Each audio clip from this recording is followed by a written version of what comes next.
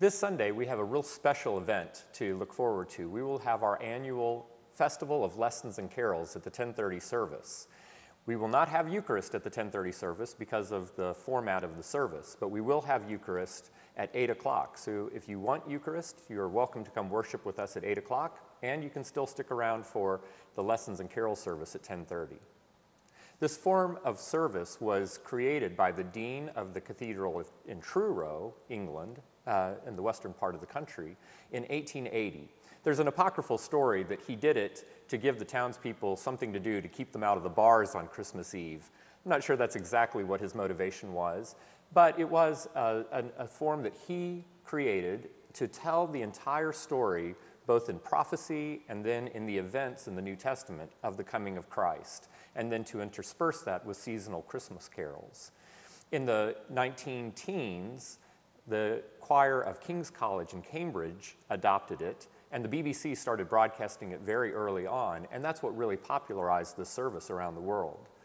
In this country, Groton School, a private school in New England, they picked it up very quickly, and we have several of our trebles who are brothers who now go to Groton and participate in that service, and so we have kind of an interesting tie-in there as well.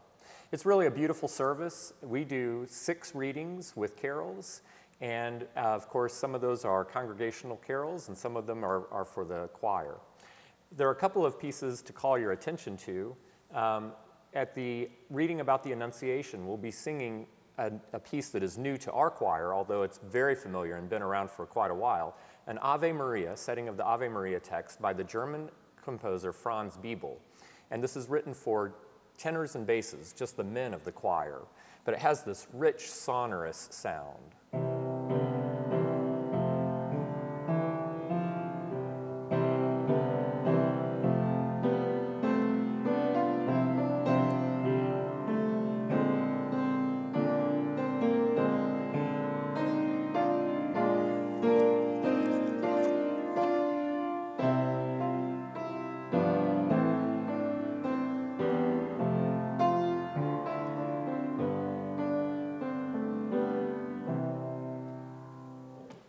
This anthem was given to the choir for the library by one of the choir basses, James Newburn, and the dedication is actually very significant to us. He's giving it in honor of, or in thanksgiving for the congregation's support for the choir. So this is something that we are singing sort of as a thank you to the congregation. And I think that's a really special element of this piece.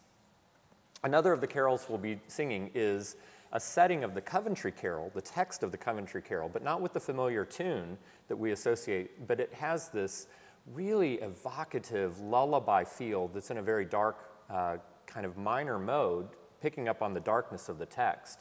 But it has this beautiful soprano solo as if Mary is rocking her child asleep.